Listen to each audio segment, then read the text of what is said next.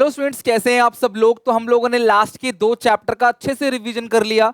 काफी बड़े बड़े चैप्टर्स थे, लेकिन अगर मैं इन दोनों चैप्टर के प्रीवियस ईयर क्वेश्चंस की बात करूं, एनवायरनमेंट से तो काफी पीवाईक्यू लॉन्ग क्वेश्चंस आते हैं। लेकिन जो चैप्टर नंबर 8 है, comparative development experiences of India Pakistan China, उसमें बहुत ज्यादा एमसीक्यूज पूछे जाते हैं, जो मैं आज रात को 9 बजे कराऊंगा। अभी आप इन दोनों चैप्टर के जितने भी प्रीवियस ईयर क्वेश्चंस है ना, वो अच्छे से कर लो। बाकी आज रात को इसके एमसीक्यू बना लेना, और हमारा आज रात को पूरा का पूरा इंडियन इकोनॉमिक डेवलपमेंट का भी ऑफिशियली सिलेबस खत्म हो जाएगा। और आज हमने सब कुछ अच्छे से एंड कर दिया। कल सुबह हमारे 10 मिनट रिवीजन सीरीज आने वाला है। परसों 10 मिनट रिवीजन सीरीज इंडियन का आएगा पूरा का पूरा। कल आएगा पूरा का पूरा मैक्रो का, और इवन कल शाम को लाइव क्लास भी है, जो कि आपको जरूर लेनी है। कंप्लीट इंडियन का लाइव, जो आपने अभी पढ़ा हुआ है ना, उसका लाइव रिवीजन कराऊंगा पूरा का पूरा शाम को 6 बजे। वो बिल्कुल भी मिस मत करना। अभी चलते हैं एमसीक्यू सॉरी पीवाईक्यू के ऊपर। एनवायरमेंट में interpret the given picture on the account of current environment challenges. तो बताओ, ये जो पिक्चर है, ये करंट एनवायरमेंट चैलेंजेस की बात कर रहे हैं। कौन से क्लास प्रॉब्लम की बात कर रहा है? डिफॉरेस्टेशन है, ग्लोबल वार्मिंग है, ओजोन डिप्लीशन है, या बायोडाइवर्सिटी लॉस है? तो आप देख रहे हो क्लास, ग्लेशियर यहाँ पे मेल्ट होता चला जा रहा है। ओके, तो ऑब्वियसली वो क्या है? ग्लोबल वार्मिंग है। तो the image indicates towards the environmental challenges global warming, और ग्लोबल वार्मिंग को आपने अच्छे से एक्सप्लेन कर देना है। That's it. तो आपको पहचानना है, उसको एक्सप्लेन करना है। Maximum 3 marks. सेकेंड, अगेन देखो, ये पेड़ों को काट रखा है, तो कौन सा करंट एनवायरमेंट चैलेंज है? डिफॉरेस्टेशन। तो आपको डिफॉरेस्टेशन लिखना है, फिर सेकेंड लाइन में एक पैराग्राफ उसको अच्छे से एक्सप्लेन कर देना है डिफॉरेस्टेशन को। State and discuss any one strategy involve in attaining sustainable development. Sustainable development की बहुत सारी स्ट्रैटेजीज आपने पढ़ी है, यूज ऑफ पब्लिक ट्रांसपोर्ट। इसके अलावा बहुत सी आपने पढ़ी है एनी वन, और इन्होंने क्लास मिनी हाइडल प्लांट के बारे में बताया। आप कोई भी बता सकते हो और उसे एक्सप्लेन कर सकते हो। तो देखो, पता होने चाहिए कि क्वेश्चंस कैसे पूछे जाते हैं। आपको चैप्टर पूरा याद है और क्वेश्चन को पता ही नहीं चल रहा कि यार क्वेश्चन कैसे पूछे जाएंगे। डायरेक्टली इन क्वेश्चन को फेस करोगे ना, बिल्कुल डिफरेंट, बिल्कुल नया लगेगा। तो मेरी रिक्वेस्ट है, पीवाईक्यू की पूरी सीरीज मैक्रो और इंडियन की जरूर देख के जाना, मिस मत करना। Elaborate any two ill effect of deforestation depicted in the given picture। आपको बताना है टू इफेक्ट ऑफ डिफॉरेस्टेशन। तो two ill effect of deforestation are: deforestation lead to loss of vegetation and biodiversity loss हो जाता है, और large scale cutting down tree में lead to increase in the amount of greenhouse gases such as carbon dioxide, methane etcetera in atmosphere, subsequently increasing earth average temperature gradually, that is called global warming. इनके अलावा भी कोई और आप effect दिखा सकते हो। आप इसमें फूड इनसिक्योरिटी भी डाल सकते हो, बायोडाइवर्सिटी लॉस भी डाल सकते हो, जो आपका मन करे। Any two effect of deforestation के कोई भी 2 इफेक्ट की आप यहां पे बात कर सकते हो। Explain briefly any 2 functions of environment. Environment के मैंने 4 फंक्शन बताए थे, 2 फंक्शन आपको बताना है इन शॉर्ट में। लाइक एस्थेटिक सर्विसेज हमें प्रोवाइड कराता है, और हमें रिसोर्सेज प्रोवाइड कराता है। 2 पॉइंट, आप कोई भी एनी 2 पॉइंट लिख देना। रिसोर्सेज और सब्सिस्टेंस ऑफ लाइफ, यानी हमें लाइफ प्रोवाइड करता है, ये भी लिख सकते हो। एनी 2 लिखना है कोई भी। Read the following text carefully. ये पूरी की पूरी टेक्स्ट पढ़ोगे, कहानी पढ़ोगे, फिर आपको डिफाइन करना है सस्टेनेबल डेवलपमेंट। अब इसके लिए आपको टेक्स्ट पढ़ने की जरूरत ही नहीं है, आप नॉर्मली बता सकते हो सस्टेनेबल डेवलपमेंट क्या है। कि हम ग्रो भी कर रहे हैं, आज की रिक्वायरमेंट भी पूरी हो रही है, लेकिन साथ में फ्यूचर जनरेशन का, फ्यूचर जो नेक्स्ट जनरेशन आने वाले, उसका लॉस नहीं होना चाहिए। उसी को बोलते हैं सस्टेनेबल डेवलपमेंट। कि ग्रो तो कर रहे हो, लेकिन फ्यूचर जनरेशन के लिए भी रिसोर्सेज बचाकर आप चल रहे हो। Briefly elaborate any 2 reason behind the objective of green growth being set up by the Indian government। तो इंडियन गवर्नमेंट ने जो ऑब्जेक्टिव रखा है ग्रीन ग्रोथ का, उसके बारे में आपको उसके 2 रीजन आपके बताने हैं। तो ये ऑब्वियसली आपको केस स्टडी पढ़ के समझ आएगा। आओ पढ़ते हैं जरा। Sustainable development is the development that meets, ये यार ये तो पूरी कहानी ये लिख दी। सस्टेनेबल डेवलपमेंट का मतलब क्या है? तो आप एज इट इज आप बताओ ना।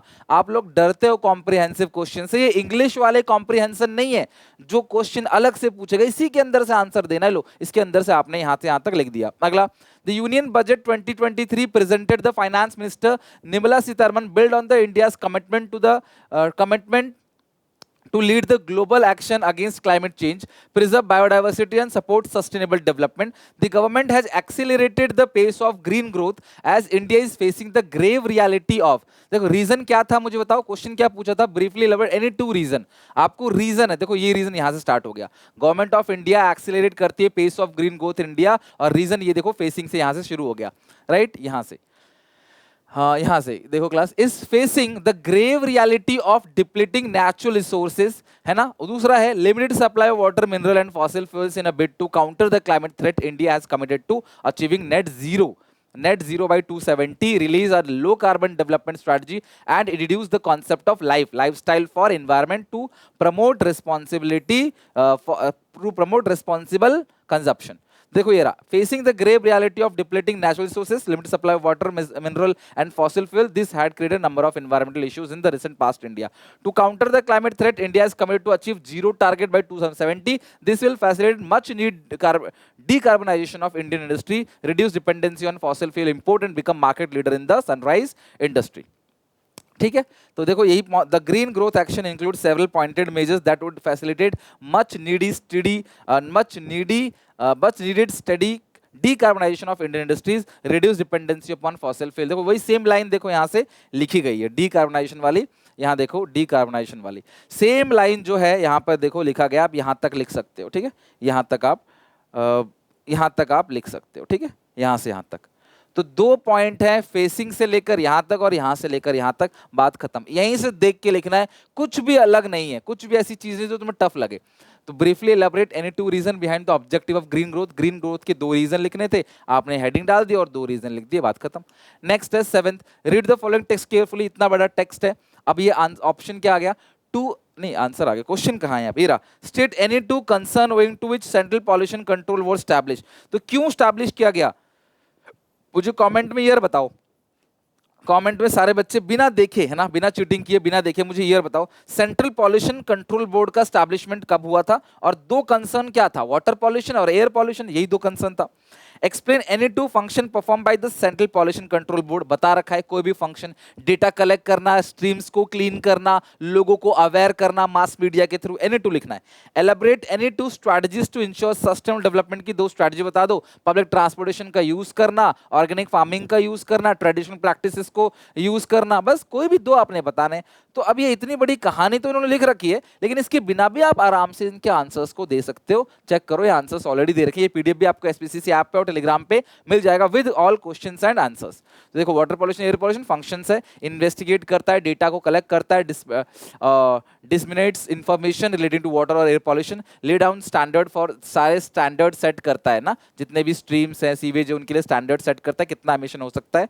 और सी वाला, in order to ensure sustainable development following strategies, तो विंड एनर्जी यूज करो, सोलर एनर्जी यूज करो, ठीक है, यानी कि जो आपका non conventional sources of energy है वो एनर्जी यूज करो. इसके अलावा भी मैंने पॉइंट्स बताए, एनी 2 पॉइंट आप लिख सकते हो. तो स्ट्रैटेजीज ऑफ सस्टेनेबल डेवलपमेंट आपने क्या देखा, कई बार कई ईयर में पूछा गया है, तो वो एग्जामिनेशन पॉइंट ऑफ व्यू से इंपॉर्टेंट है, स्किप मत करना. Identify the situation deposited in the given picture and explain any one strategy to effective overcome this problem. तो ये जो कौन सी प्रॉब्लम है, ग्रीन हाउस गैसेस की बात कर रहा है. Green house gases green house effect की वजह से होता है, और वो ग्लोबल वार्मिंग की समस्या को रिप्रेजेंट कर रहा है. The situation depicted is global warming, और आपको ग्लोबल वार्मिंग को एक्सप्लेन करना है, साथ में एक रीजन बताना है जिससे हम इस प्रॉब्लम को अवॉइड कर सके. ग्लोबल वार्मिंग होता है कार्बन एमिशन की वजह से, और कार्बन सबसे ज्यादा एनर्जी सेक्टर में यूज होता है. कोयला सबसे ज्यादा एनर्जी सेक्टर प्रोड्यूस करता है ना, जलाता है, कार्बन प्रोड्यूस करता है. तो आप विंड एनर्जी, सोलर एनर्जी का यूज कर सकते हो ताकि ये प्रॉब्लम से आप ओवरकम कर सको. बस उसी को आपने एक्सप्लेन कर देना है. One of the strategies to effective overcome the problem is use of wind energy. Wind energy हो, solar energy हो, कोई भी हो. Wind power is a popular source of sustainable renewable energy in the areas where speed of wind is usually high. Windmills can be provide electricity without any adverse impact on the environment. Under the Delhi Declaration, the G20 nations pledged to reach global net zero emissions approximately by mid of the century and top triple global renewable energy capacity by 2030. तो बिल्कुल ठीक है, mid of the century तक हम zero emission, zero carbon emission तक पहुंचने वाले हैं. Discuss briefly the rationale behind the commitment by G20 nations in the directions achieving sustainable development. So under Delhi Declaration, the G20 members country have agreed to elevate efforts to limit global warming. To achieve this, these nations have decided to reduce greenhouse gas emission. Country ने बोला, G20 के अंदर जितनी भी countries हैं, 19 countries around हैं, उन्होंने बोला भाई ग्रीन हाउस emissions को हम सब लोग मिलके खत्म करेंगे, कम करेंगे. It has been agreed to devise an effective approach to to transitioning from conventional sources of energy to non conventional. अब जो पुरानी conventional sources of energy use कर रहे थे ना, उसको नहीं यूज करेंगे, अब उसकी जगह हम क्या करेंगे, non conventional sources of energy को यूज करेंगे। Wind energy and solar power serve as a good illustrations of environmental friendly sources of energy that contribute to achieving sustainable development। तो बस आपको ये बताना है, सिंपल सा क्वेश्चन था, क्यों आप जो है जीरो एमिशन को अचीव करना चाहते हो, और आप उसके लिए आप अपने स्टेटमेंट्स दो, यानी उसको आपने डिस्कस करना है। तो ऐसे क्वेश्चन जहां पे आपको अपनी राय देनी होती है, अपना मत देना होता है, आप उसको लॉन्ग लिख सकते हो, बिकॉज वो पर्सन टू पर्सन वेरी करता है। आप बहुत लंबा मत लिखना, कोशिश करना है कि ज्यादा इधर उधर ना हो, पॉइंट के आसपास ही भटको आप।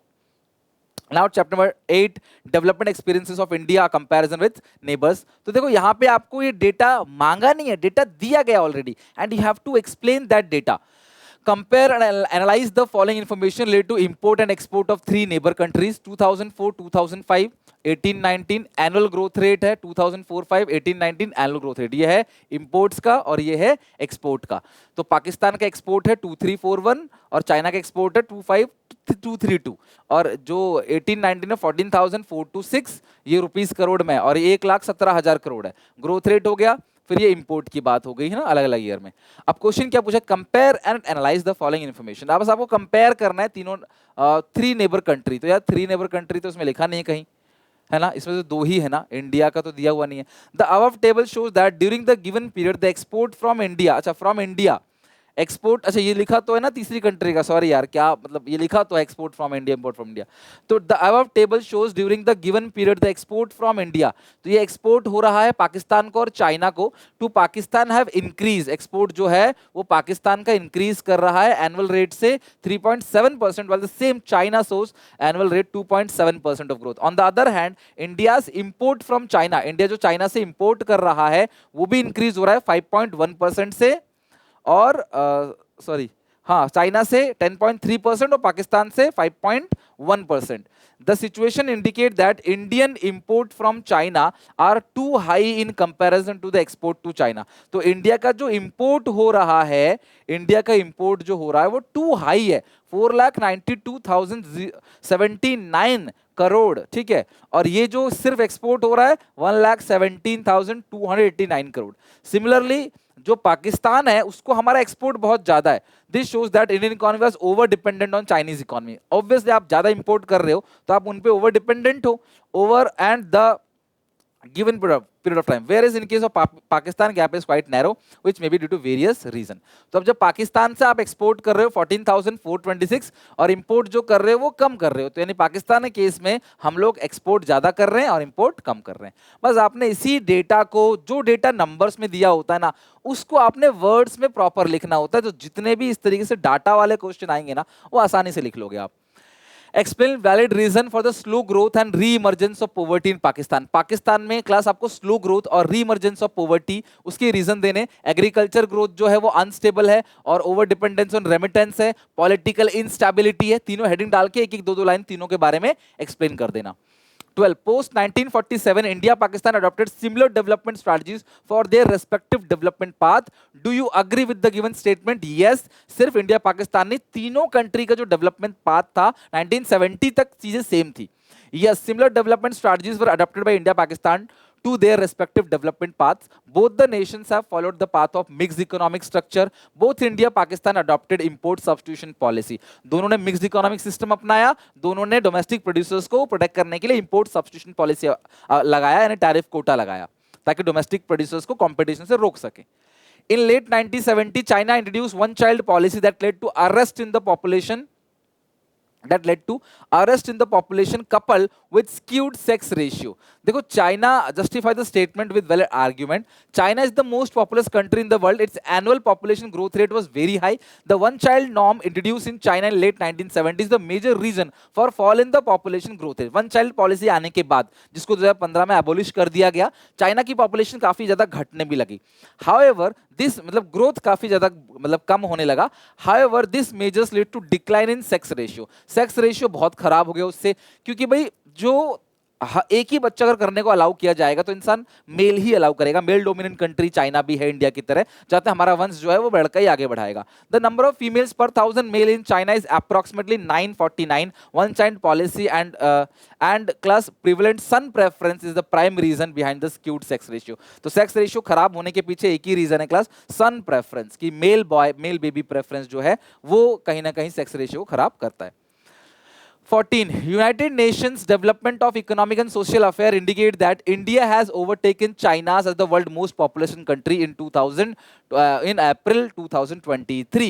तो भैया United nation department of economics और सोसाइटी अफेयर कहता है कि इंडिया ने चाइना को पिछाड़ दिया पॉपुलेशन के मामले में। Explain the consequences of one child policy adopted in 1970। China ने देखो वन चाइल्ड पॉलिसी अडॉप्ट किया, उसका परिणाम क्या हुआ? तो in late 1970 owing to population explosion the subsequent socioeconomic concern, भाई अगर पॉपुलेशन बढ़ेगा सरकार सारे पॉपुलेशन को संभाल ही नहीं पाएगी, उनको फैसिलिटी, स्कूल, सड़क, सब्सिडी कैसे देगी? तो चाइना अडॉप्टेड करती है one child policy, one child norm. This policy led to sharp decline in population growth rate. In addition to this the sex ratio also decline. Furthermore the implementation of one child norm led to increase in population of elderly people. तो one child policy की वजह से ना बूढ़े लोगों की तादाद बढ़ने लगी और यंग लोगों की तादाद कम होने लगी। तो ये आपको कुल मिला के ना वन चाइल्ड पॉलिसी के बारे में ही एक्सप्लेन करना है कि इसी वन चाइल्ड पॉलिसी की वजह से चाइना का पॉपुलेशन ग्रोथ रेट धीरे धीरे बढ़ने लगा। इंडिया में ऐसी कोई पॉलिसी नहीं है, हम तो हमारे दो वाली पॉलिसी है और इसीलिए इंडिया ने 2023 में चाइना को पिछाड़ दिया पॉपुलेशन के मामले में। Discuss the impact of special economic zone on economic growth of China. SEZ invite करता है इन्वेस्टर्स को, क्या हो हमारे यहाँ पे इन्वेस्टमेंट करो। The setting of SEZ China led to substantial increase in FDI in the economy with massive inflow of foreign capital and technology in China. The productive capacity increase thereby contributing to rapid economic growth of China. तो SEZ के open होने से बाहर से लोग आने लगे India में, इन्वेस्टर्स आने लगे, फॉरेन इन्वेस्टर्स, कारखाने बनने लगे और क्लास उससे एक्सपोर्ट हमारी बढ़ने लगी, चाइना की बढ़ने लगी और चाइना में काफी ज्यादा इकोनॉमिक ग्रोथ भी देखने को मिला due to SEZ. To measure the extent of development in economy, liberty indicators should be considered along with the socio-economic parameters. Do you agree? Yes, 100% agree. Measurement of development level in economy is comprehensive approach where liberty indicators should be considered along with the other socio-economic parameter. बिना liberty indicator के तो human development index ही अधूरा है।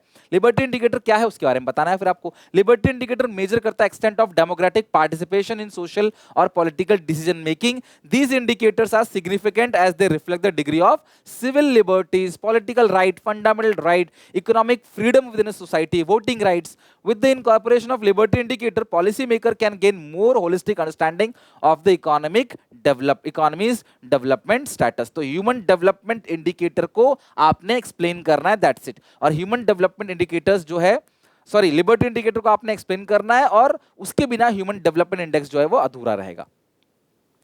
The reform process implemented in 1970 commonly as a China's open door policy. China LPG लेके आ गई, liberalization, privatization, globalization हम लेके आए थे, उन्होंने open door policy अपनाई, encompass a wide range of reforms across sectors like agriculture. अब चाइना ने ये तो अच्छा काम किया ना, reforms को agriculture sector में लेके आई और हमने अपने reforms में agriculture को ignore कर दिया था, investment, industry, etc. These reforms play a vital role in driving the rapid growth of Chinese economy over subsequent decades. In light of the given text, discuss any two reform responsible for rapid, कोई भी दो reforms बताना है ना। तो reforms में इन्होंने क्या किया था, डुअल प्राइसिंग सिस्टम अपनाया था। इनिशियल सॉरी डुअल प्राइसिंग नहीं, रिफॉर्म्स के दो पॉइंट। इनिशियल फेज में इन्होंने रिफॉर्म्स कहाँ लगाया, एग्रीकल्चर में, फॉरेन ट्रेड में और इन्वेस्टमेंट सेक्टर में, और बाकी सेकेंड फेज में इन्होंने रिफॉर्म्स को बाकी अदर सेक्टर्स में भी प्रोवाइड किया। तो दो अलग अलग, तो जो ये आपका रिफॉर्म्स था ना, रिफॉर्म वाला पॉइंट जो था वही आपको लिखना है। तो आपने नोटिस किया होगा कि चाइना के इतने जो 5 पॉइंट पड़े थे ना, वही 5 पॉइंट से सबसे ज्यादा, कभी एसईजेड, कभी डुअल प्राइसिंग, कभी कल्चरल रेवोल्यूशन, कभी